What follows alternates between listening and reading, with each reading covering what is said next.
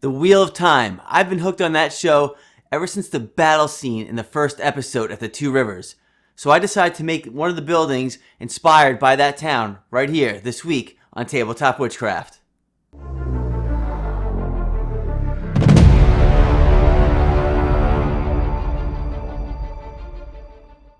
Hey there and welcome back to Tabletop Witchcraft.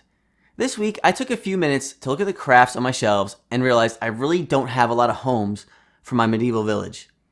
Now, I've been watching the Wheel of Time lately, and in the very first episode, there's a place called the Two Rivers that has this style home in it. I was really inspired by it, and I had to make one. Google all of that, you'll see just what I mean. It's a great beginner craft because it does not have a playable interior. I'll explain why in the video, and it's made mostly out of dollar store foam core. Take a look down below in the description, and you'll see a link where you can download the plans if you want to use those to help build along. You'll find Amazon links to everything I've used in the video, as well as a 10% discount to Firelight Fables candles, which gives a little kickback to me and helps out the channel. If you want to win a set of plans, all you have to do is like the video and subscribe, and I'll announce the winner next week on my Instagram. Alright, if you're ready, let's go grab some supplies, and let's get crafting. Alright, I'm going to kick this video off with a cool shape changer candle by Firelight Fables candles. This is one of their new Adventures collection candles from that series. Pretty sweet candle. And I'm also going to use these plans that I made up that you can also find in the description below to help you out along the way. If you want to download them, it's going to throw a few bucks my way and help you out as well. Now for this build, I'm going to use dollar store foam core for the majority of the entire craft. I might use maybe 5-10% XPS for this. I am going to use it for the shingles in the build. Now we're going to work on the first floor of this build to start because we're going to offset the first floor from the second. I'm going to really try and follow along with the Wheel of Time building that can be found in the Two Rivers scene in episode 1. I'm also using two separate foam rollers, so I used an X-Acto knife to divide up the line. It's going to help differentiate between the two different stone patterns. Now I find that when you use a foam roller, you're still going to need to, retrace some of those lines out. In this case, I did them all because I want to go for some really nice definition. And when you go to glue these pieces onto your dollar store foam core base, you see there's a little bow in that. Don't press it down and glue it flat. Leave that bow. You're not going to see it, and it's going to allow the walls to fit perfectly flush on the floor. To get them nice and straight, we just put a little foam structural support in there right towards the top. There you see the dimensions for the second floor. Now this building is not going to be playable from the inside. I want to do something a little bit different. The majority of my buildings you can play from the inside, but I thought, if you ever saw Harry Potter when they walk into, I forget which episode it was, but when you walk into the tent, it opens up and the tent is like massive on the inside. You can use this building as a placeholder on your table. You can still use it as a piece of terrain to kind of maneuver around. But once you go inside, use another piece of dollar store foam core and make, a tavern interior. Make a castle interior. Whatever you want, and put that on the table. Just something to think about. Alright, now we're going to work on this dormer. And basically we're looking for a filler. So I took a bunch of dollar store foam core, glued it together, hopping over to the plan. We can get the right shape cut out on that. We're going to do it nice and slow on the Proxon, freehand. Once we have that cut out, we're going to try and cut the angle correctly. You'll see right here that I was off. The front face of that dormer was not correct. The back was too much of an angle. No problem. Throw a little hot glue in there and you're all set. Now when it comes to the chimney, this is something where there's going to be 4 sides, obviously. 2 sides are going to have one shape, the other 2 will have another. And it's going to require a little bit of, shaving and finesse to get them to fit just right. Really simple because you're working with a small piece of foam. Just take your time and be careful making these cuts. So the top part of that, you can see how it's a little too tall for this. That's not an issue. What we want to do is start with one of the pieces and get the angle just right so it fits flush up against the cereal box cover that we used for the roof. And then holding the bottoms together, we can align the top just like that. make the same cut to that top as we did on the bottom, and that's going to fit perfectly when we go to glue this together.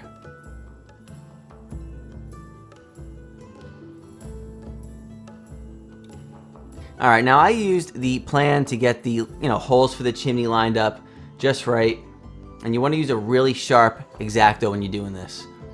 Now I want to show this right here, and I got permission from a couple of my patrons. You can do this too. This is a couple patrons of mine that were hanging out with me on Discord live while I was shooting the video, and I thought this would be a really cool way to show how you can hang out with me and get an inside scoop and see my builds before they're released. It's a really fun time, and I love to see y'all there. Alright, now we need to work on covering up this cereal box cover. And to do that, we're going to take some really thin dollar store foam core. I think I cut one sheet of this like maybe 3 times the thickness of it, so it's really, really thin. And that's fine, because all we're looking to do is cover up that cereal box. And we want some jagged edges. I don't want nice straight cut wooden boards. Leave a few spaces between those gaps, then we can hop over to this shingle jig by Shifting Lands. It's the irregular shape jig. Now this thing is incredible. You had to have seen these if you're on Instagram, on the internet, anywhere. It's the new thing. Really quick. Look at all those shingles I got from 1 block of XPS with that jig.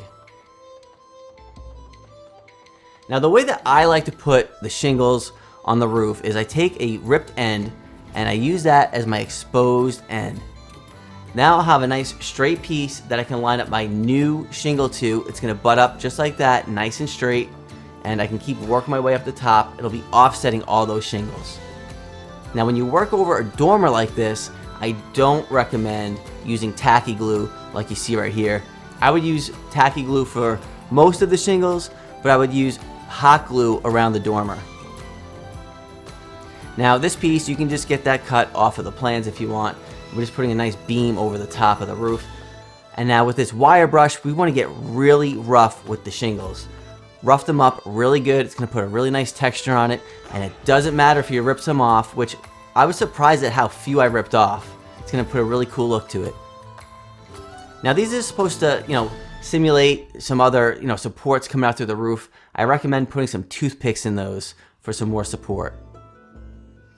Now I'm grabbing some Shifting Lands windows. I'm modifying some. You can see this one right here. I cut that in half, and we're gonna just make a very simple stone border around that with the dollar store foam core. Now just like with that window, we're gonna cut this door out, and you can see I left the window in before. I'm leaving the door in now. That's just to make sure that it's the right shape and I glue it on there, and I don't accidentally push the sides in, so that the door will fit in real nice when I'm ready to place it in there. Now keeping the piece of the door that I'm not using, I'm going to use that to make my bracing for the door so everything fits just right. Slap that right in there, cover up that stone texture, and we're good to go. Now I noticed that I didn't actually texture and create the bottom of the stone slab for the foundation for the second floor, so that's all I'm doing right there with a few supports. Alright, back over to the XPS. You could use dollar store foam core here if you want, but I'm just, basically making some steps, trying to keep them to scale. And now we're ready for the Mod Podge portion of the build. Alright, I am really falling in love with this cocoa bean color by Folk Art. I find that it's a really nice dark brown base, especially mixed up with some black. I'll put a link up above to my 1-inch scatter terrain, I believe, video it is, where I show you exactly how to make these. And you can see I actually messed up, and I only put 3 boards there, so instead of having to remake it, I just covered it up with some little foam boards like it was, damaged, and I'm good to go. I can keep moving. Alright, now when it comes to dry brushing, it's almost not even a dry brush. I'm taking some of this paint right here, and I'm going real heavy in some spots, lighter in others. You really want to vary up the color on each layer. This is just, to simulate a little moss growing up on the building. And this is a really cool technique. Take some of those gray paints, mix them with a little bit of water, load up the brush, and pick certain stones and just start painting them until the brush is almost out of paint. You're gonna get some really dark stones, and you're gonna get some really light stones. And it's gonna really vary up the way the pattern looks. It's gonna come out really nice. I used some of that brown color for a few stones, and then I did a heavy dry brush of a darker gray. And here, I'm just taking a warm white, and I mixed a little flow aid and water together, and that's gonna create some really awesome looking grout lines. Just let it flow into all those cracks and you're good to go. A lot of controversy on my Discord when I was talking to some of the guys on there. You know, I'm using Agrax Earthshade for a wash right here, and I'm not coating real heavy the entire thing. I'm being very specific where I want to use it. And I use probably like, I don't know, $1.50 or $2 in Agrax Earthshade. For the amount of time that you're putting into your craft, a couple of bucks for a really good wash, to me, is worth it. I've made washes in the past, you know, homemade brown wash or black wash, but right here, I was so close to the end, I wanted to put some Agrax on there, so that's what I did. Taking a couple of these beams, you can see I'm just kind of cutting them right into place. If you look at the building from the Two Rivers, I had a really cool support over the center beam right there, so that's what I'm trying to do. And I find when you're working with really small things, it's good to have the clay sculpting tool or some smaller stuff like that to help manipulate it. All right, layers, layers, layers. That's all I'm doing. Now I'm going back with an Agrax Earthshade and a Nuln Oil wash, watered down, to touch up on a few more rocks to kind of make them pop out even more. Those are the colors for the shingles. Here's some of the colors for the stone, and there's the wash combination I did for my final stone. Back to some Shifting Lands products. I went with a black background behind these. It makes it a little bit harder to see the stained glass, but I didn't want it to be really prominent anyway, and it was a really quick way to cover up the stonework that was behind the window. I'll put a link up above to how to make these little door handles. These were made special though because the windows that I had, the shutters, were really small, so I had to make some really small ones. And you can see just how easy it is now using the right tools to put these in place. You know, if I press that in with my finger, I might have broke that because it's a really thin piece of foam, but it doesn't need to be thick. It's just covering up what's behind it. All right, we've got a few more shutters in there, ready to go. And now I'm gonna load up the chimney with some pigment fixer. Then I'm gonna brush on some pigment. You can do this in the reverse. Honestly, this was easier for me to film it this way. You know, 6 of one, half a dozen the other. I do like placing the pigment first, usually when I'm placing that down. And place it a little bit on the roof too. Here we're gonna dirty up the steps. You know, one of the best ways to have your stone instantly enhanced and look better is to use some pigments. So that's all I'm doing right here. It's a little onyx and burnt umber pigment. Okay, the Two Rivers, they have some really cool ornaments in the show. I tried to recreate them, and to do that, I took a dryer sheet. I rolled it up, I used a little tacky glue, pulled out this piece of balsa wood, and I let that dry overnight, and it made the perfect looking fabric type decoration from the show. With that, I was super pumped at how that looked and turned out. Alright, now, I'm painting it up in this color, and in my opinion, this mixer right here is the king of mixers. You'll find all this stuff, including this mixer, in my Amazon links in the description of this video.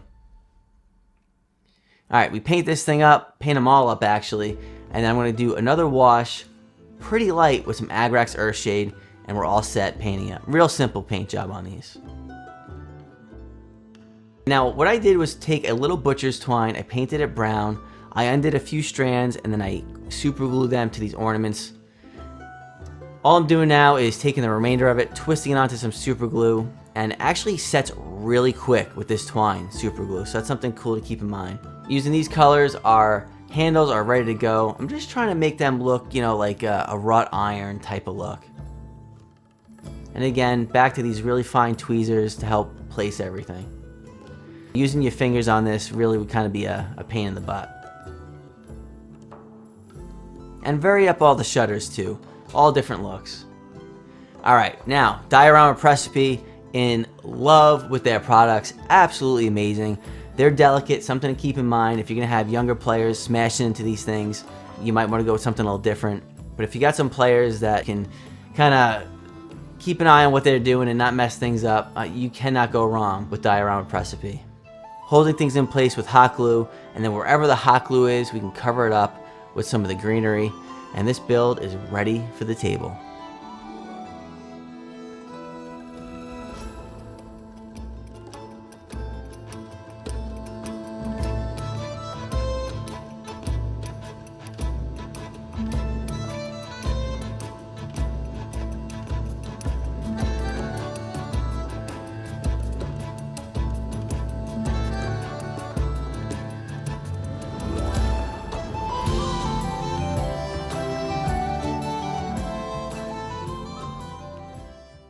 Alright, this was one really fun build.